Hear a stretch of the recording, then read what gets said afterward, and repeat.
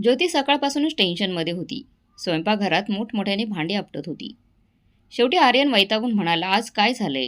एवढ्या मोठ्याने भांडी का आपटत आहेस? थोडं शांतपणे काम करू शकत नाहीस का तू? आणि जर काही त्रास असेल तर तोंडाने सांग, भांडी आपटून व्यक्त होण्याची गरज नाही.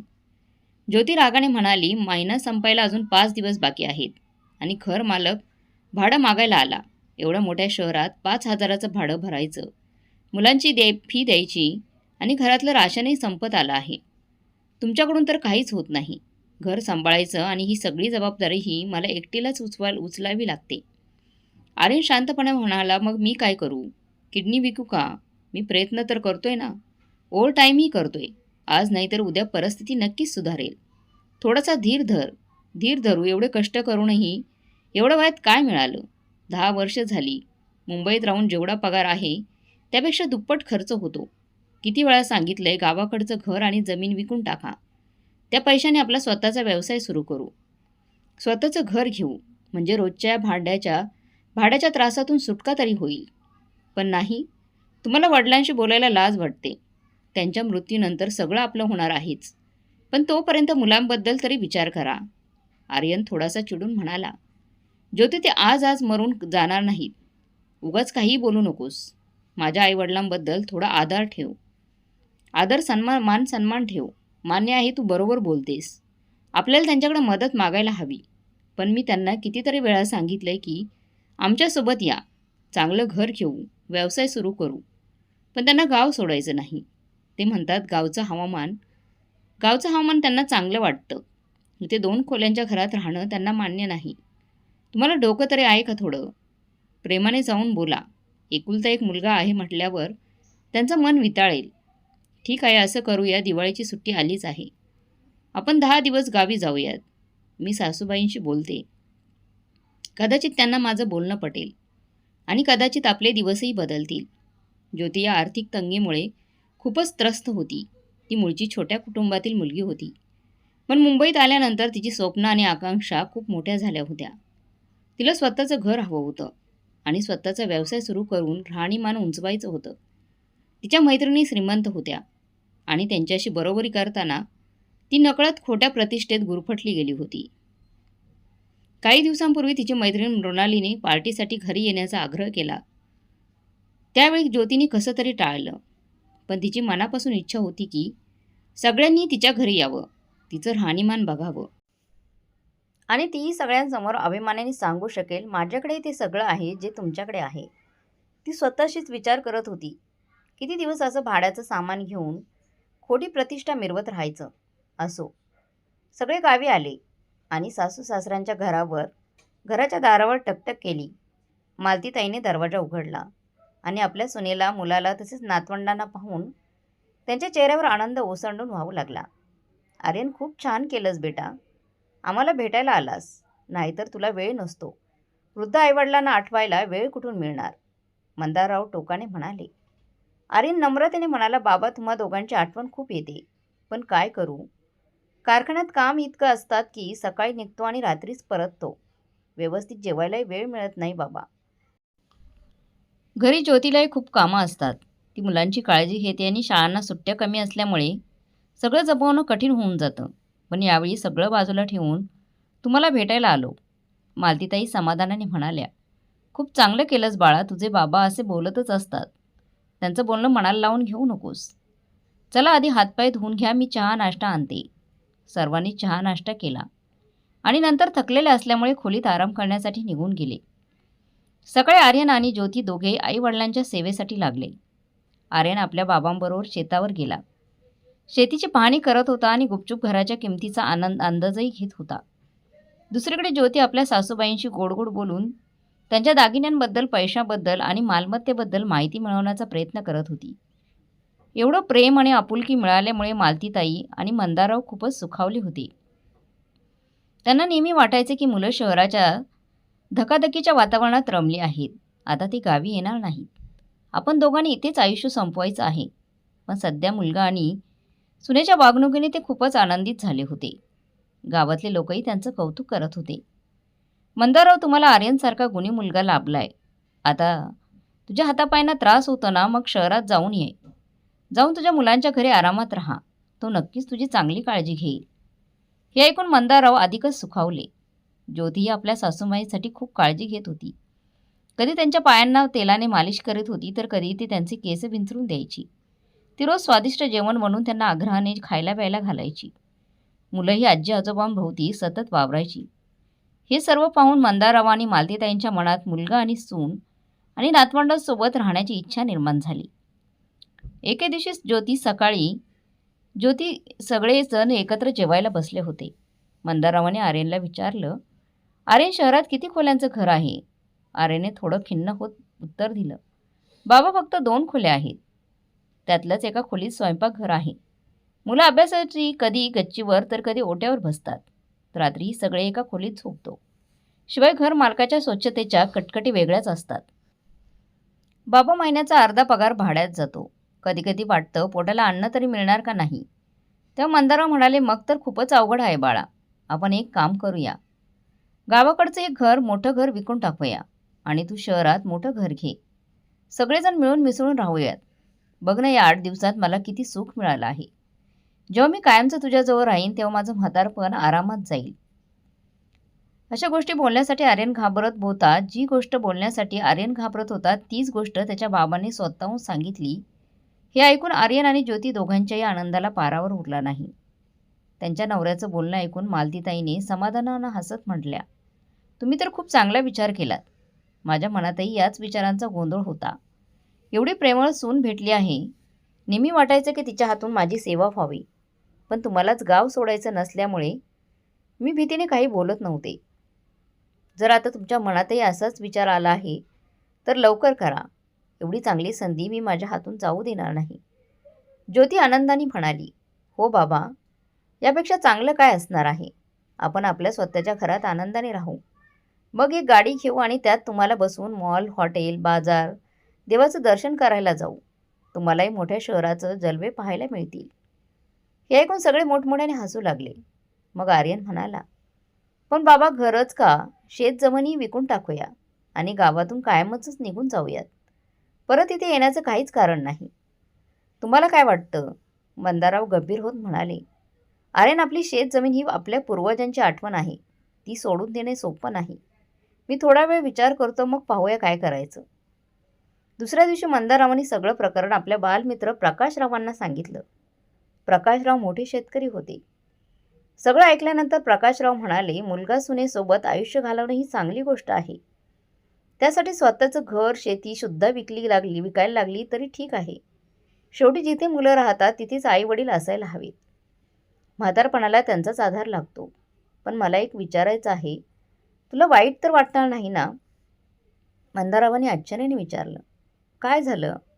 प्रकाशराव म्हणाले, आजकाल वर्तमानपत्रांमध्ये किंवा मोबाईलवर अशा बातम्या ऐकायला येतात की काळीच दडपून जातं. काही मुलं आईवडिलांना रस्त्यावर भीक मागायला सोडून देतात, नाहीतर ट्रेनमध्ये बसून विसरतात किंवा वृद्धाश्रमात निघून जातात. मला वाटतं असं काही तुमच्यासोबत होऊ नये. त्यामुळे जो काही निर्णय घ्यायचा आहे तो विचारपूर्वक घे. मंदारराव कडवट होत म्हणाले, अरे प्रकाश, ते नालायक आणि निर्लज्ज मुलं असतील जे आपल्या जन्मदात्या आईवडिलांना सोडून जातील. अशी मुलं असण्यापेक्षा आई वाजोंडी असलेली तेच बरं, असं समजावं. प्रकाशराव शांत म्हणाले, हे बघ मंदार, मुलांवर विश्वास ठेव, पण अंधविश्वास करू नकोस. विचारपूर्वक निर्णय घे. मी निघतो आता, मला अजून थोडं काम आहे. प्रकाशराव निघून गेल्यानंतर मंदारराव विचारात पडले. निर्णय योग्य होता का? काही दिवसातच आर्यन सगळे विकून सर्वांना घेऊन शहरात आला. सगळं खूप व्यवस्थित चाललं होतं. मंदाररावांनी मुलाला 3 खोल्यांचं मोठं घर घेऊन दिलं.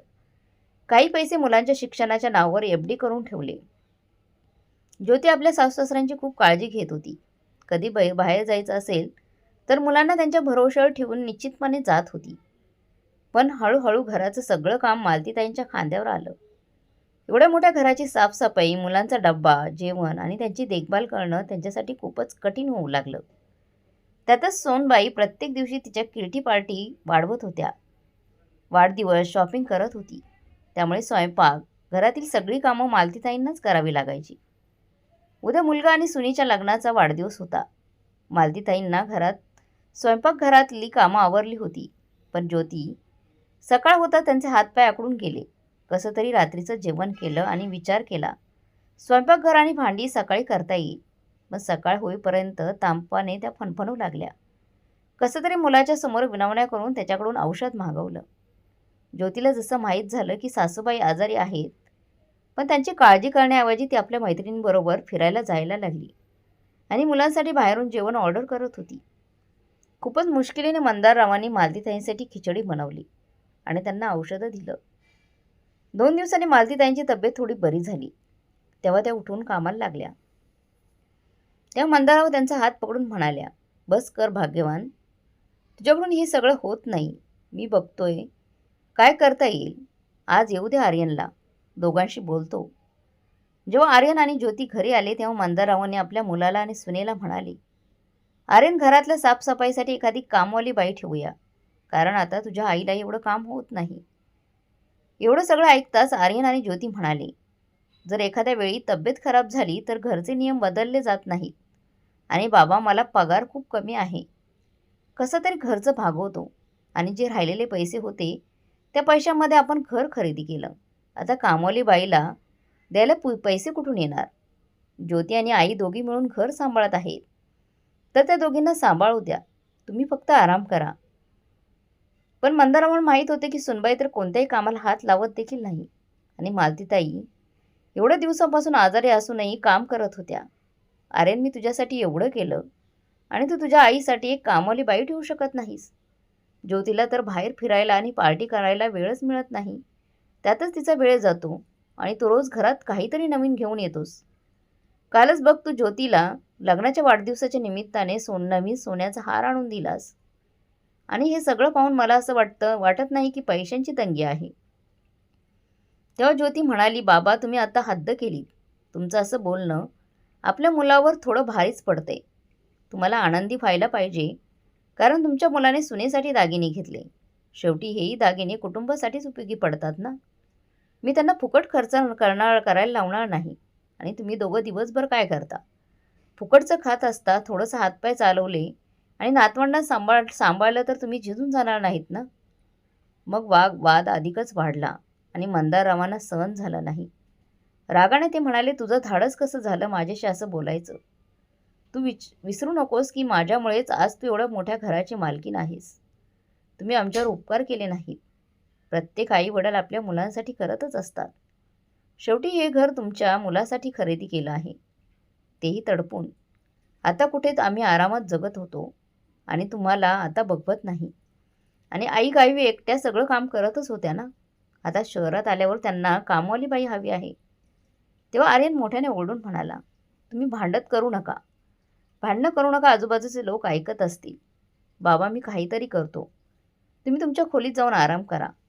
मुलांचं बोलणं ऐकून मंदारराव आणि मालतीताई दोघेही मग त्यांच्या खोलीत गेले. आर्यन ज्योतीचा हात पकडून तिला ओढत आपल्या खोलीत घेऊन गेला आणि मोठ्याने म्हणाला, तुला लाज वाटत नाही का? तू कसं बोलतेस? त्यांचं सगळं लुबाडून आता आपण त्यांना कसं फसवू शकतोय? बरोबर म्हणतात, त्याच्यामुळेच एवढं मोठं घर मिळालं आहे त्यांच्यामुळेच आपल्याला. नाहीतर चप्पल झिजून पायाला जखमा जरी झाल्या असत्या तरी भाड्याच्या घरातून सुटका झाली नसती. हे बघा, तुम्ही काहीच करू शकत नव्हता. आज माझ्यामुळे घर आणि पैसा मिळाला आहे. मी जशी होती तशीच आहे, तशीच राहणार. कुणी मला पार्टीला जाण्यास थांबवणार नाही. आणि जर काही करायचं असेल तर तुमच्या आईबाबांना पुन्हा गावाकडे पाठवा. ज्योती ठसक्याने म्हणाली, गावी? कोणत्या तोंडाने पाठवणार? सगळं विकून इथे आलो आहोत आपण. आता त्यांच्यासाठी झोपड्या बांधून फिरू का? तेव्हा ज्योती म्हणाली, काही हरकत नाही. त्यांना तुम्हाला शहरातच ठेवायचं असेल तर वृद्धाश्रमात सोडून या. कधी कधी जाऊन भेटा आणि अजून काही करायचं असेल तर फळ आणि मिठाई देऊन या. नाहीतर मी सांगते, मी माझ्या माहेरी निघून जाईन. आर्यन विचारात पडला आणि पलंगावर बसून विचार करू लागला. आईबाबांची बाजू घेतली तर बायको आणि मुलं सोडून जातील आणि बायको आणि मुलांबरोबर राहिलो तर आईबाबांना सोडावं लागेल. पण घराच्या सुख शांतीसाठी निर्णय तर घ्यावाच लागेल. एवढी चिंता करत बसण्याची काही गरज नाही. उद्या आपली फ्लाईट आहे. पहिल्यांदा फिरून येऊया, मग आल्यानंतर या संकटातून कशी सुटका करून घ्यायची यावर विचार करू. पण ज्योती, तूच विचार कर. ते दोघं वृद्धाश्रमात कसे राहू शकतील? तू थोडं ॲडजस्ट केलं असतं तर बरं झालं असतं. बरं होईल तू थोडंसं ॲडजस्ट केलंस तर. जरा विचार कर, ते दोघं इथे राहतात म्हणून तुला फायदा होतो. तू मुलांना त्यांच्या भरवशावर सोडून निश्चित फिरायला, पार्ट्या करायला जाऊ शकतेस. घराची स्वच्छता, झाडांना पाणी घालणं तुला काळजी का नाही? आई स्वादिष्ट जेवण मस्त बनवते. तुला काही त्रास द्यावा लागत नाही. मुलं शाळेतून येतात आणि त्यांना आजी आजोबांचं प्रेम भेटतं आणि तू बघितलंस, जेव्हा आपल्याला फिरायला जायचं असतं तेव्हा घराला कुलूप पण लावावं लागत नाही. फुकटची चौकीदारी भेटते. ते दोघं या घरामध्ये राहिले तर खूप फायदा आहे. थोडा विचार कर, हे बघा. त्यावर ज्योती म्हणाली, हे बघा आर्यन, तुम्ही बोलत आहात ते 100% बरोबर आहे. पण आज त्यांनी जो वाद घातला आहे त्यानंतर मी त्यांना 5 मिनिटही सहन करू शकत नाही. पण तुम्ही म्हणत आहात तर आपण परत येईपर्यंत त्यांना ह्या घरामध्ये राहण्याची मी परवानगी देते. पण त्यानंतर त्यांचा बिस्तारा बांधायचा. जर तुमचं डोकं ठिकाणावर आलं नाही आणि आईवडिलांसाठी मला ॲडजस्ट करायला सांगितलं तर मला एक क्षणही लागणार नाही दोन्ही मुलांना घेऊन जायला. आणि दुसरी गोष्ट म्हणजे मी तुम्हा तिघांवर मानहानीची केस देखील करेल. घाला कोर्टामध्ये कचेरीच्या चक्रामग.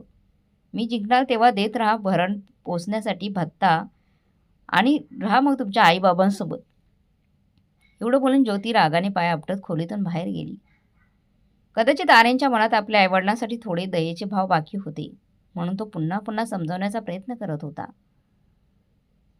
पण कुठेतरी तो कमी पडत होता, कारण प्रश्न त्यांच्या मुलांचा होता. काय करावं काही समजत नव्हतं.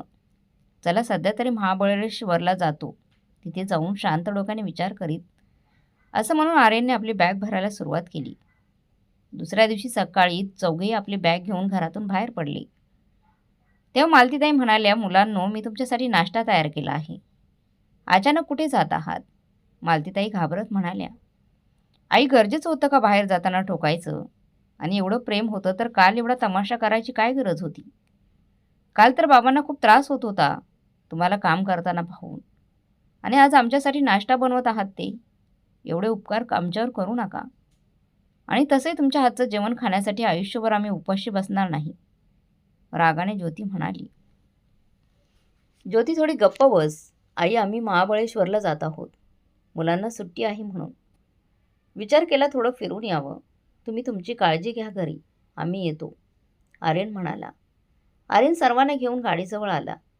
पण तेवढ्यात मालतीताईंनी पाहिलं की आर्यन काहीतरी कामासाठी त्याच्या खोलीमध्ये परत आला होता.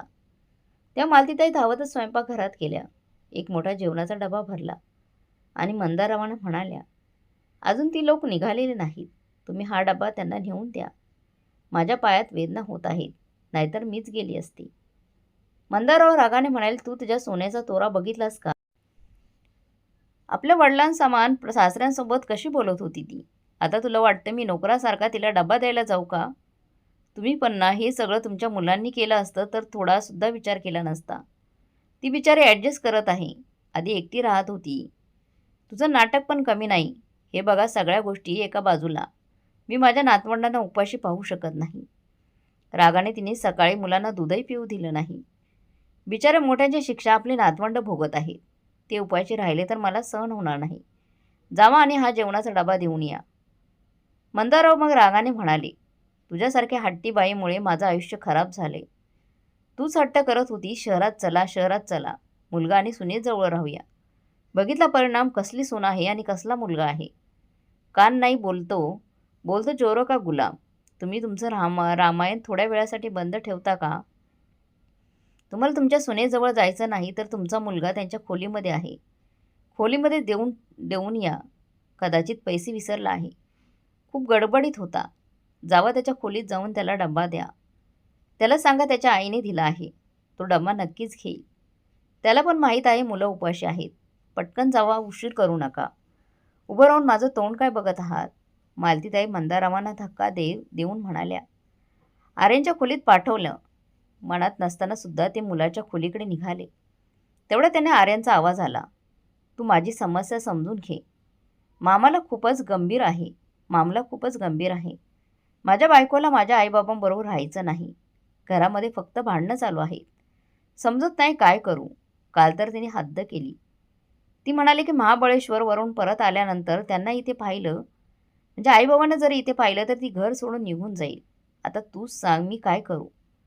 तेव्हा त्याचा मित्र त्याला म्हणाला, अरे हे तर आजकाल प्रत्येकाच्या घरात होत आहे. तरुण लोकांना वृद्ध लोकांबरोबर राहायचं नसतं.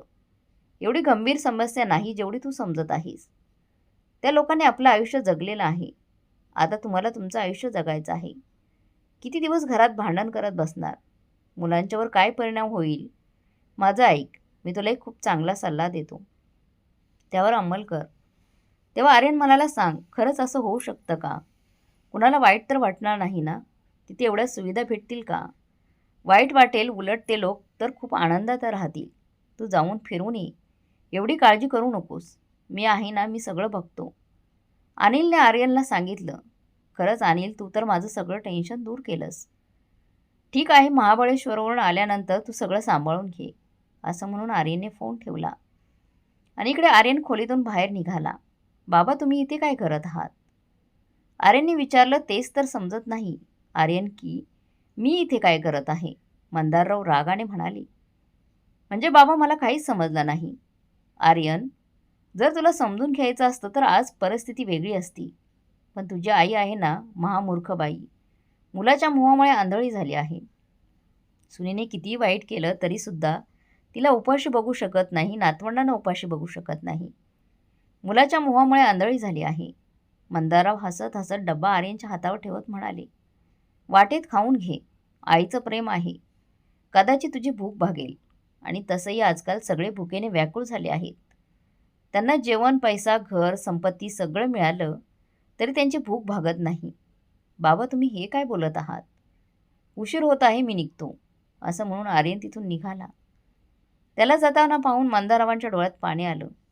ते मनाशी विचार करत होते, माणूस हे दिवस दाखवण्यासाठी मुलांना जन्माला घालतो का? काय झालं, मुलांची आठवण झाली का? जेव्हापासून ते गेले आहेत, माझं मन खूप अस्वस्थ झालं आहे. त्यांना प्रेमाने पाहूसुद्धा शकली नाही. माहीत नाही जेवण खाल्लं असेल की नाही. आपल्याला त्यांना हसत पाठवायला हवं होतं. असं भांडणं करून जाणं चांगलं नसतं. एवढं दूर जात आहेत ते. त्यांच्याबरोबर आपला आशीर्वाद दिला पाहिजे होता. मग मालतीताई आपल्या मनाला समजावून म्हणाल्या, काही हरकत नाही. थोड्या वेळानंतर फोनवर आर्यन आणि ज्योतिषी बोलून घेते.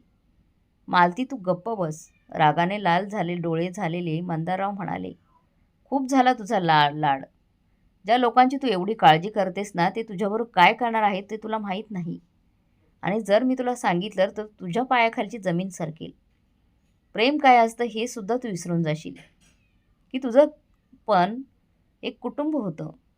सकाळी सकाळी भांग खाल्ली आहे की काय? काय बोलत आहात तुम्ही? काय झालं मला सांगा, मालतीताई घाबरत म्हणाल्या.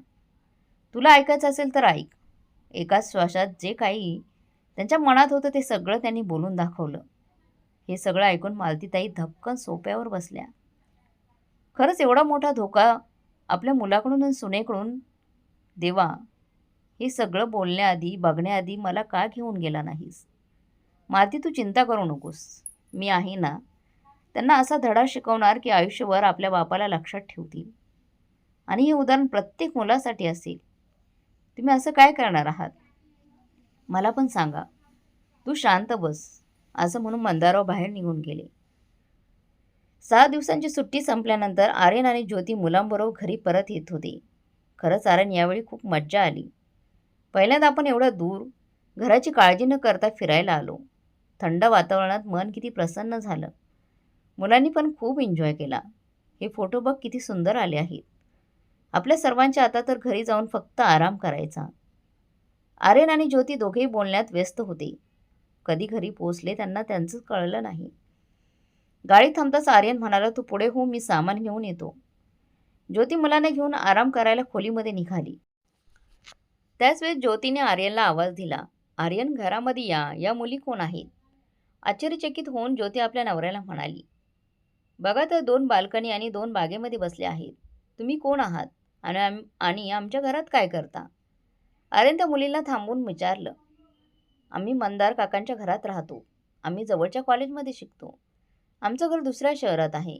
हे घर कॉलेजच्या जवळ असल्याने इथं भाड्याने खोली घेतली आहे. खोली भाड्याने दिली आहे हे ऐकून आर्यन आणि ज्योतीचे चेहरे पांढरे झाले. आईबाबांनी हे काय केलं? घर भाड्याने दिलं आणि तेही आपल्याला न विचारता. त्यांचं एवढं धाडस. सून आणि मुलगा दोघे रागाने घराच्या आत प्रवेश करत होते. पाहिलं तर आई बाबा डायनिंग टेबलवर बसून चहा आणि नाश्ता करत होते. आई बाबा, मुलगा जाताच घराचं हॉस्टेल बनवलं तुम्ही, हे सगळं कोणाला विचारून केलं? आई, या वयात बाबांचं डोकं फिरलंय का? तू त्यांना थांबवलं का नाही? मुलींना खोली भाड्याने दिली. मग ज्योती रागाने ओरडून म्हणाली, माझी खोली या मुलींना दिली, माझं सामान कुठे आहे? घरात छोटे मोठे वाद होतच असतात. स्वतःच्या मुलाला कोण असं अपमानी करतं का? कुणी अन्यायपूर्वक भाड्याने घर देऊ शकतं का? तर मंदाराव आरामात चहाचा कप टेबलावर ठेवून म्हणाले, कोणतं घर? कोणाचं घर? तुम्ही लोक तुमच्या कोणत्या अधिकाराबद्दल बोलत आहात? माझ्या निर्णयाबद्दल तुम्हाला विचारायची गरज नाही. जे काही करायचं होतं ते मी केलं. फक्त फरक एवढाच आहे, या घरातून आम्ही दोघं जाणार होतो, आता तुम्ही दोघं निघालात. मंदारावांच्या तोंडून असं ऐकून दोघेही स्तब्ध झाले. पण ज्योती गप्प बसणारी नव्हती. ती म्हणाली, हे घर माझ्या नवऱ्याचं आहे. तुम्ही कोणत्या अधिकाराने या घराला भाड्याने दिलं? सुनबाई, कदाचित तू विसरली आहेस. हे घर तुझ्या सासूबाईंच्या नावावर केलेलं आहे. विचार तुझ्या नवऱ्याला. टॅक्स वाचवण्यासाठी त्याने महिला सिनियर सिटीजन नावाने रजिस्टर केलं होतं घर. त्याला पैसे वाचवायचे होते ना.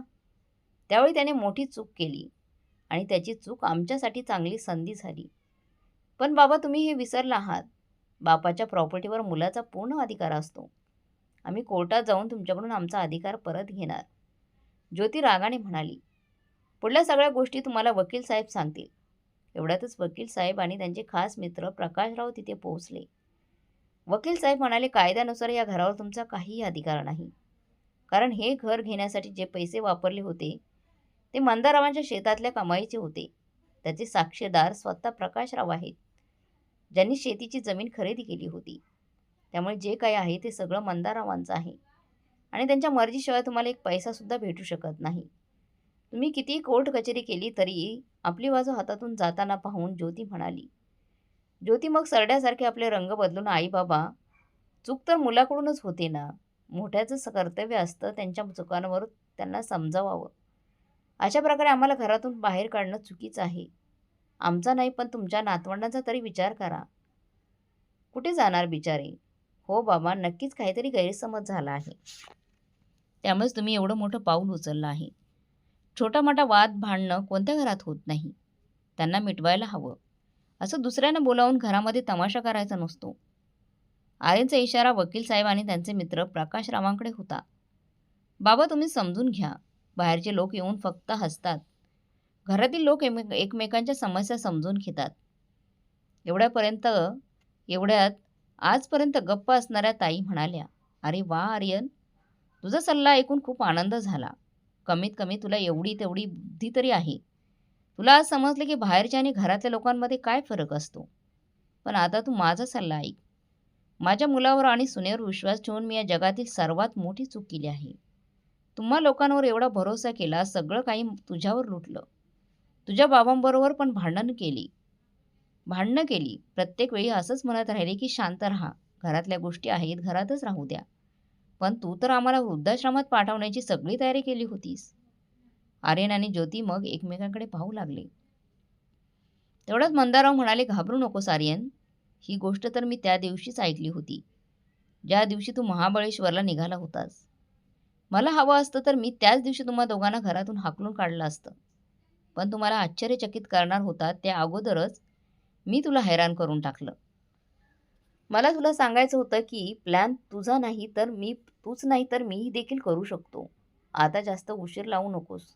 तुझं सामान स्टोअर रूममध्ये ठेवलं आहे. पटकन उचलायचं आणि घर खाली करायचं. पण बाबा, मी कुठे जाऊ? ज्योती रडत म्हणाली. ही सगळी काळजी तेव्हा करायची होती जेव्हा तू तुझ्या वृद्ध आईबापांना, तुझ्या वृद्ध सासू सासऱ्यांना घरातून काढण्याबद्दल विचार करत होतास. बाळा, जर असं असतं तर मी सुद्धा तुझ्या आजी आजोबांना घरातून काढलं असतं.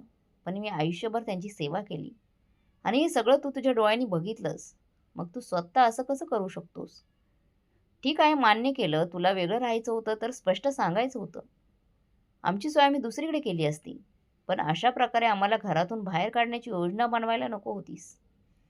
त्याची शिक्षा तर तुला मिळायलाच हवी. आई, तूच बाबांना समजाव ना. माझ्याजवळ एवढे पैसे नाही आहेत की मी महिन्याचं भाडं देखील देऊ शकतो. जे सगळे होते ते खर्च केले.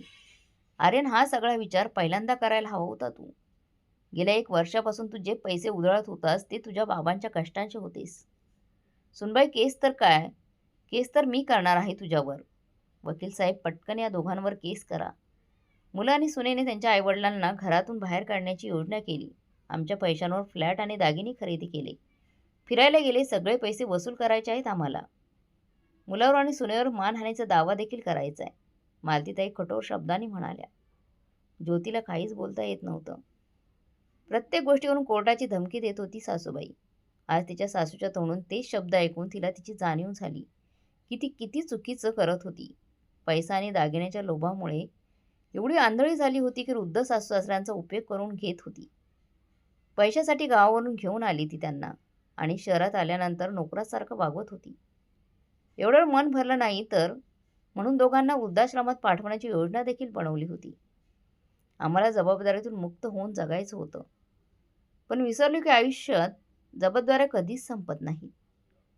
तेव्हा मात्र ज्योती हात जोडून आपल्या सासू-सासऱ्यांना म्हणाली, आई बाबा, तुम्ही जे काही केलं ते चांगले केलं.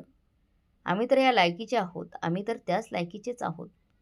आर्यनने किती वेळा मला समजवण्याचा प्रयत्न केला, पण मी ऐकलं नाही. आज आज माझ्यामुळे एका मुलावर त्याच्या आईवडिलांचा विश्वास उडाला आहे. उद्या हे सगळं माझ्याबरोबर झालं असतं तर. पण मी आता माझी चूक सुधारण्याचा प्रयत्न करेन. फक्त यासाठी नाही की मला पैसे हवे आहेत, तर यासाठी की देव समान असलेल्या सासू-सासऱ्यांचं मन दुखावण्याचं प्रायश्चित्त करायचं आहे. मंदाराव आणि मालतीताई दोघांनाही पुन्हा आपल्या मुलाच्या आणि सुनेच्या बोलण्यात अडकायचं नव्हतं. एकदा विश्वास उडाला तर पुन्हा विश्वास ठेवणं खूप कठीण होतं. तरीसुद्धा आतून मन व्याकुळ होत होतं. पण बाहेरून कठोर दाखवत होते ते, कारण आता त्यांच्यामध्ये पुन्हा धोका सहन करण्याची हिंमत आणि शक्ती दोघांमध्येही नव्हती. दोघेही मग गुपचूप घरातून निघून गेले. घराच्या जवळच एक घर भाड्याने घेतलं, म्हणजे आईबाबांची काळजी घेता येईल. कधी सामान घेण्याच्या निमित्ताने करून तर कधी आईबाबांची विचारपूस करण्याच्या निमित्ताने दोघेही घरी येत जात होते. ज्योती आता पहिल्यासारखी राहिली नव्हती. ती आपल्या सासूबाईंची आवडत्या भाज्या बनवून आणत होती, तर कधी सासऱ्यांसाठी त्यांची आवडती मिठाई घेऊन येत होती. आर्यन आपल्या आईवडिलांशी बोलण्याचा प्रयत्न करत होता, पण ते दोघे हो किंवा नाही असे उत्तर देत होते. मात्र नातवंडांसोबत हसत खेळत होते. घरामध्ये फक्त आर्यनचाच पगार येत होता आणि खर्च वाढत होता. त्यामुळे ज्योतीने आपला फालतू खर्च बंद केला आणि एक टिफिन सेंटर सुरू केलं. त्याच्यापासून दोन्ही फायदे होते. एकतर पैसे कमवणे आणि दुसरं म्हणजे सासू-सासऱ्यांच्या घरावर नजर ठेवणे. तिला माहीत होतं की ते दोघं स्वतःहून त्यांच्याबरोबर बोलणार नाहीत. पण ज्योती आणि आर्यनला माहीत होतं की आता मंदारावांची तब्येत खराब होत चालली आहे. त्यांची काळजी घेणं गरजेचं होतं. त्यांना अस्थमा होता. त्यांची काळजी खरंच खूप घेणं गरजेचंच होतं. तो मुलगा आणि सुनेवर विश्वास ठेवत नव्हते. पण एके दिवशी ज्योती मुलींना डबा देण्यासाठी घरी आली आणि पाहिलं की बाबा बेशुद्ध पडले होते. तेव्हा मालतीताई देवळातून आल्या. त्यांना अशा अवस्थेत पाहून त्यांनी रडायला सुरुवात केली. आई, शांत राहा. अशा पद्धतीने ओरडून रडून काही होणार नाही. चला, त्यांना उठवून पलंगावर झोपूया, ज्योती म्हणाली. खबरदार जर त्यांना हात लावलास तर, मालतीताई रागाने म्हणाल्या.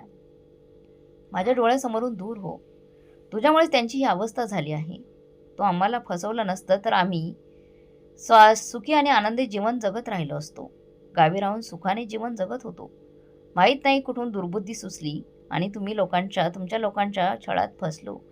आमचं सगळं काय विकून तुमच्याबरोबर इथे शहरात आलो. आणि नंतर आमचं काय झालं तुला काय वाटतं? आम्ही सुखी आहोत का? आधी ज्या मालतीताईंनी ज्योतीवर आपला जीव ओवाळून टाकला होता, आता त्या तिला अपशब्द बोलू लागल्या होत्या. ज्योती चुकली होती हे तिला आता जाणवत होतं. कुठे ना कुठे तीच या सगळ्या घटनेची मुख्य कारणीभूत होती. आई, मी तुमचा प्रत्येक शब्द ऐकून घेते. तुम्ही म्हणाल तर मी कधीच तोंड देखील दाखवणार नाही. पण आता बाबांना डॉक्टरांच्या उपचाराची खूप आवश्यकता आहे. कदाचित त्यांना हार्ट अटॅक आला आहे. चला, त्यांना घेऊन हॉस्पिटल जाऊया. मात्र मालतीताई त्यांच्या नवऱ्याची अवस्था पाहून वेड्या झाल्या होत्या. तिच्या बोलण्याचा काहीच फरक पडत नव्हता त्यांच्यावर. ज्योतीने ताबडतोब ॲम्ब्युलन्स बोलवली आणि आर्यनला फोन केला. आर्यनला पोहोचायला थोडा वेळ लागला, पण तोपर्यंत ॲम्ब्युलन्स आली होती.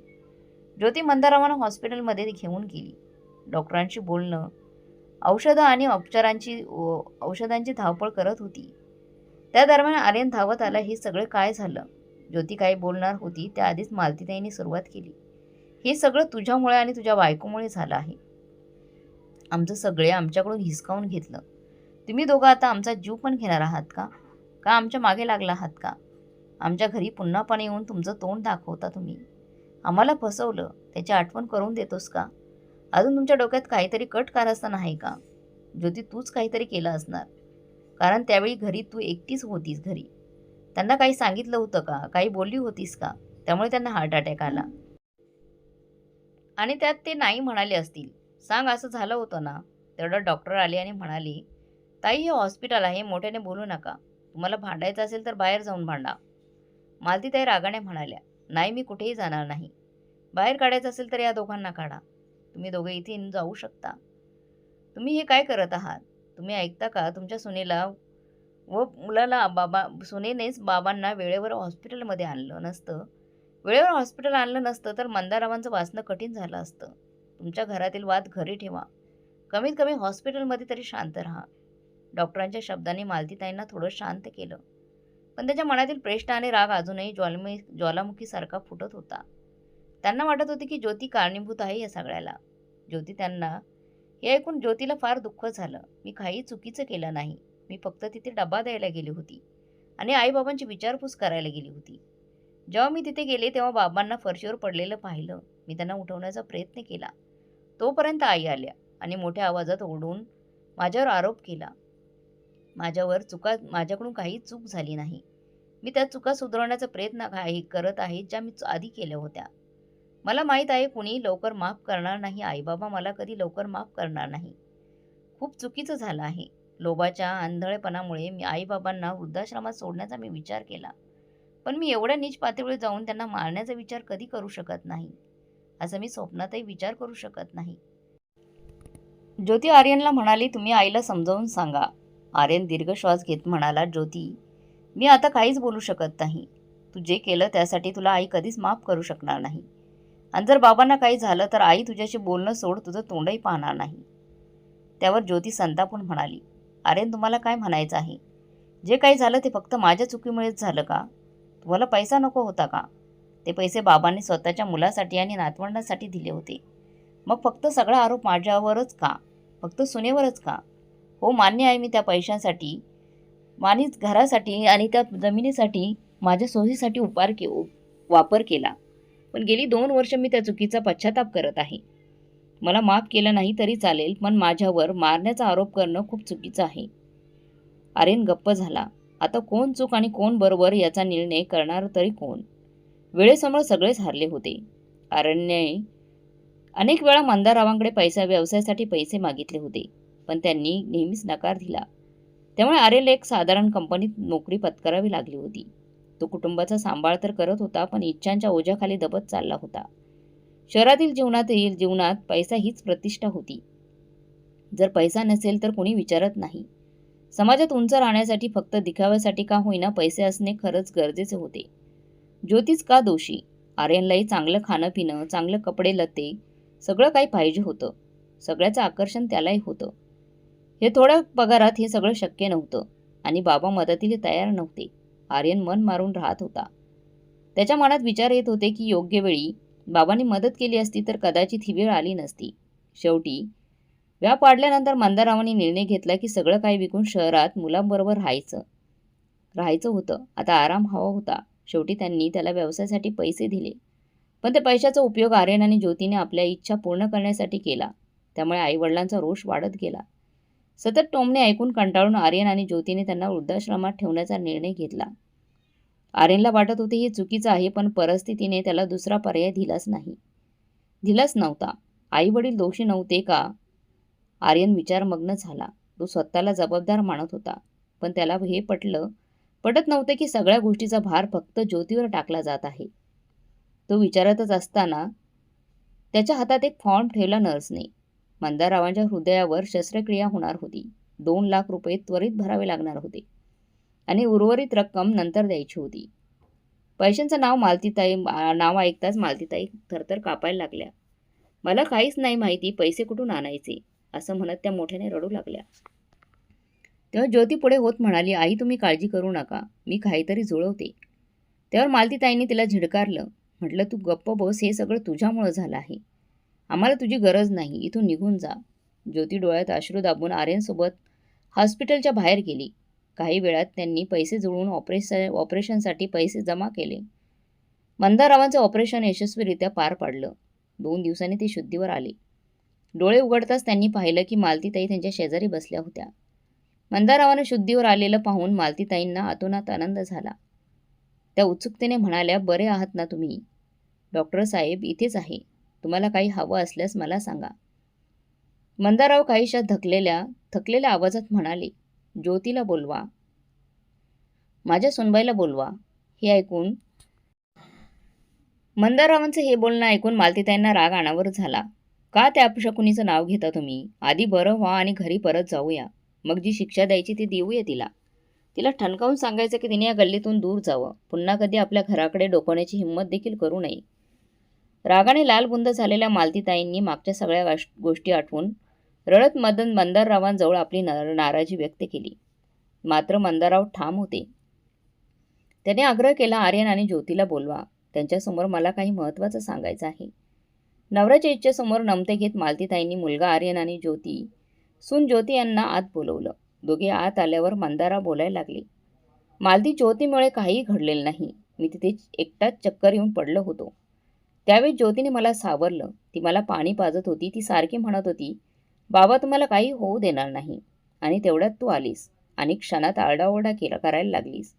मी तुला गप्प राहण्याचा इशारा केला होता, पण तुला काही समजलं नाही.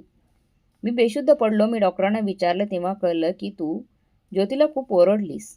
तरी तिने आपलं सोनं आणि स्वतःच्या मेहनतीचे पैसे विकून माझ्या उपचारासाठी पैसे खर्च केले. यावरून हे सिद्ध होतं की ते आपल्याला पुन्हा जिंकण्याचा प्रयत्न करत आहे. आपल्या घरात जे काही घडलं ते आता विसरण्यातच सगळ्यांचं भलं आहे. मला वाटतं आर्यन, ज्योती आणि आपल्या नातवंडांनी पुन्हा आपल्याबरोबर राहावं. जर काही त्रास झाला तर मिळून त्यावर उपाय शोधूया. ज्योती, तुझ्या कृतज्ञतेने तू दाखवलंस की तू आपल्या चुकीची खंत करत आहेस. मी तुला माफ केलं. मंदारराव पुढे आर्यनकडे वळाले. आर्यन, तुला स्वतःचं डिपार्टमेंट स्टोअर उघडायचं होतं, पण मी तुला नेहमी पैसे द्यायला टाळाटाळ केली. त्यामुळे तुझ्या स्वप्नावर पाणी पडलं. आता मी तुझं स्वप्न पूर्ण करण्यासाठी पैसे देईन आणि तुझ्या व्यवसायातही मदत करेल. ज्योतीमुळे मला मिळालेले हे आयुष्य चांगल्या प्रकारे जगायचं आहे. हे ऐकून मालतीताईंनी डोळ्यात पाणी आणून ज्योतीला मिठी मारली. मला माफ कर ज्योती, मी खूप चुकीचं वागले. ज्योती हसून म्हणाली, आई तुम्ही माझी माफी मागू नका. माझीच चूक होती. मोठ्या चुका सहजासहजी विसरता येत नाही. पण तुम्ही माझ्यावर आईसारखं ओरडला, त्यात वाईट वाटून घ्यायचं काहीच कारण नाही. मालतीताई म्हणाल्या, ज्योती मला प्रायश्चित्त करायचं आहे. मला आता तुझ्या टिफिन सेंटरमध्ये मला काम दे. लोणचं, चटणी, भाज्या तयार करणे हे सगळं मला छान जमतं. आई तुम्ही मला पाप करायला लावताय का? बाबांनी मला संधी दिली आहे. आता मी सगळ्यांची काळजी घेईन. तुम्ही फक्त मला मार्गदर्शन करा, ज्योती उत्साहाने म्हणाली. मित्रांनो, त्या दिवसापासून सर्वजण एकत्र आनंदाने राहू लागले.